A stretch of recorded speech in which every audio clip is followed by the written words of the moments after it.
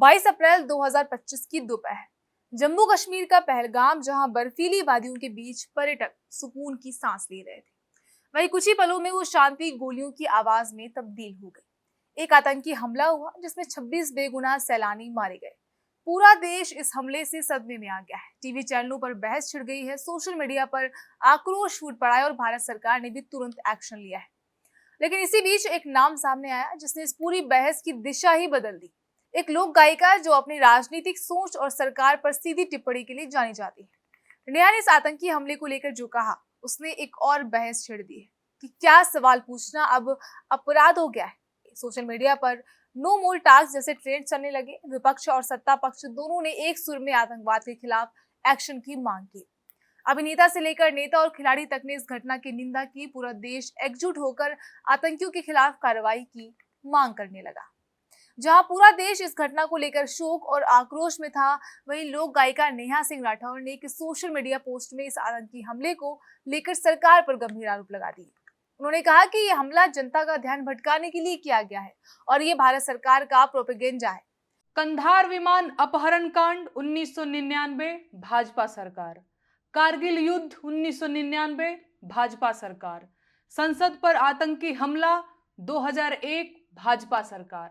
अक्षरधाम मंदिर पर आतंकी हमला 2002 भाजपा सरकार। अमरनाथ यात्रियों पर आतंकी हमला 2002 और 2017 दोनों बार भाजपा सरकार। गोधरा कांड 2002 भाजपा सरकार।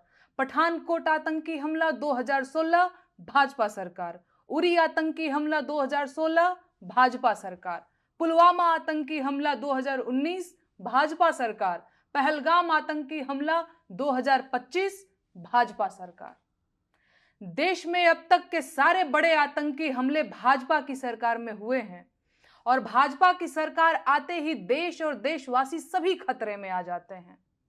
बिहार चुनाव करीब है और देश में जैसे ही चुनाव करीब आते हैं, कहीं ना कहीं आतंकी हमला हो ही जाता है और युद्ध के बादल घिर जाते हैं। पहलगाम हमले के बाद से ही सरकारी कवियों ने पाकिस्तान के खिलाफ मोर्चा खोल दिया है और वीर रस की कविताएं पढ़ना शुरू कर चुके हैं। अब इन्हें पाकिस्तानियों के कटे हुए सिर चाहिए। ठीक है, तो कौन जाएगा पाकिस्तानियों के सिर काटने? ये कवि जाएंगे या भाजपा के नेता जाएंगे या अंधभक्तों के भगवान खुद पाकिस्तान जाएंगे सिर काटने? दरअसल इनमें से कोई नहीं जाएगा। अगर युद्ध हुआ तो देश के गरीब किसानों के बेटे जो फौज में सिपाही बनकर भर्ती हुए हैं, वो आगे भेजे जाएंगे। वो गरीब किसान जिनका बैंक का कर्ज अभी तक सिर पर लदा हुआ है, जिनका ट्रैक्टर जब्त करने के लिए बैंक वाले रोज द्वार पर चक्कर लगाते हैं, उनके जवान बेटों को ये भाजपाई कवि युद्ध में भेजने की मांग कर रहे हैं। ये है इन धूर्त कवियों का कवि हृदय और नीयत। और नेताओं का क्या है? चुनाव जीतने के लिए युद्ध की घोषणा करनी पड़ी तो ये वो भी कर देंगे। इनके अपने बेटे तो फौज में है नहीं, इनके अपने बेटे तो विधायक, सांसद और बीसीसीआई का सचिव बनने के लिए हैं। लेकिन लड़ाइयों में झोंकने और गोली खाने के लिए तो किसानों के बच्चे हैं, ताकि देश में राष्ट्रवाद का बयार चले और इन्हें वोट मिले। संसाधन देश के खर्च होंगे, बेटे किसानों के मारे जाएंगे। ये है युद्ध की असलियत और इसीलिए इन नेताओं और उनके चापलूसों को युद्ध की जल्दी है। जब भी चुनाव करीब होते हैं और सरकारों की हालत खराब होती है, तो पड़ोसी देशों से युद्ध और तकरार को चुनाव जीतने के लिए हुकुम के इक्के की तरह उपयोग किया जाता है।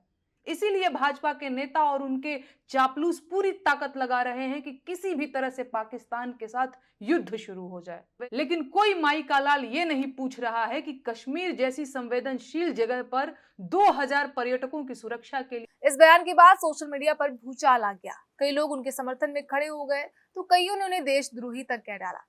लखनऊ में उनके खिलाफ एफआईआर भी दर्ज कर दी गई। एफआईआर दर्ज होने के बाद नेहा सिंह राठौर ने ट्विटर यानी कि एक्स पर एक पोस्ट शेयर किया, जिसमें उन्होंने लिखा कि मेरे ऊपर लखनऊ में एफआईआर दर्ज हो चुकी है। क्या कोई वकील मेरी मदद कर सकता है? मेरे पास वकील की फीस देने के लिए पैसे नहीं है। मेरे आईसीआईसीआई बैंक अकाउंट में सिर्फ 519 रुपए हैं, जिनमें से 500 रुपए तबला वादक को देकर कल मैं नया गीत रिकॉर्ड करूंगी। इस पोस्ट के जरिए उन्होंने न सिर्फ अपनी आर्थिक स्थिति बताई, बल्कि ये भी दिखाया कि वो डरने वाली नहीं है। उनके समर्थकों ने सोशल मीडिया पर #StandWithNeha ट्रेंड करना शुरू कर दिया है। नेहा ने एक और पोस्ट में अपने तेवर और भी सख्त करते हुए लिखा कि अगर सत्ता से सवाल पूछना बगावत है तो हाँ, मैं बागी हूँ। उन्होंने सरफरोशी की तमन्ना अब हमारे दिल में है जैसे पंक्तियां पोस्ट कर अपनी लड़ाई को जन आंदोलन की शक्ल देने की कोशिश की है। उनके इस अंदाज ने एक बार फिर उन्हें सुर्खियों में ला दिया है। आपको बता दें कि नेहा सिंह राठौर पहले भी यूपी में कावा जैसे गीतों से सरकार पर तंज कस चुकी है। उनके समर्थकों का मानना है कि वो लोक शक्ति की आवाज है, जबकि विरोधियों का कहना है कि वो देश के संवेदनशील मुद्दों का मजाक बना रही है। जब उनकी पोस्ट पाकिस्तान के एक ट्विटर हैंडल से शेयर की गई तो कई भारतीय यूजर्स ने उन्हें देशद्रोही कहना शुरू कर दिया। इस पर नेहा ने वीडियो के साथ जवाब दिया कि मोदी जी से सवाल पूछना देशद्रोह नहीं है। मोदी जी देश के प्रधानमंत्री हैं, देश नहीं है। मेरा देश प्रेम मुझे देश के लिए सवाल पूछना सिखाता है और सवाल पूछने का अधिकार मुझे देश का संविधान देता है। जय हिंद, जय भारत। उन्होंने वीडियो में ये भी कहा कि जब तक नरेंद्र मोदी प्रधानमंत्री रहेंगे वो सवाल पूछती रहेंगी, क्योंकि यही लोकतंत्र का असली चेहरा है। नेहा सिंह राठौर का ये पूरा मामला सिर्फ एक FIR, एक ट्वीट या एक बयान पर नहीं है। ये एक व्यापक बहस की शुरुआत है कि आज के भारत में सत्ता से सवाल पूछना कितना ज्यादा मुश्किल हो गया है। क्या लोकतंत्र में असहमति जताना अब अपराध बनता जा रहा है, या फिर ये वही लोक शक्ति है जो इतिहास में इमरजेंसी को लेकर शाहीन बाग तक देश के लोकतंत्र की रीढ़ बनी रही है। नेहा कहती हैं कि मैं बागी हूं, लेकिन सवाल ये है कि क्या हमने सवाल पूछने वालों को बागी कहना शुरू कर दिया है या देशद्रोही। जब सत्ता सवाल से डरने लगे तो समझिए कि सवाल जरूरी हैं, और अगर जवाब नहीं मिलते हैं तो बगावत नहीं, जवाबदेही की शुरुआत होती है। फिलहाल इस रिपोर्ट में बस इतना ही। मैं सुप्रिया सिंह और आप देख रहे हैं न्यूज़ चैनल।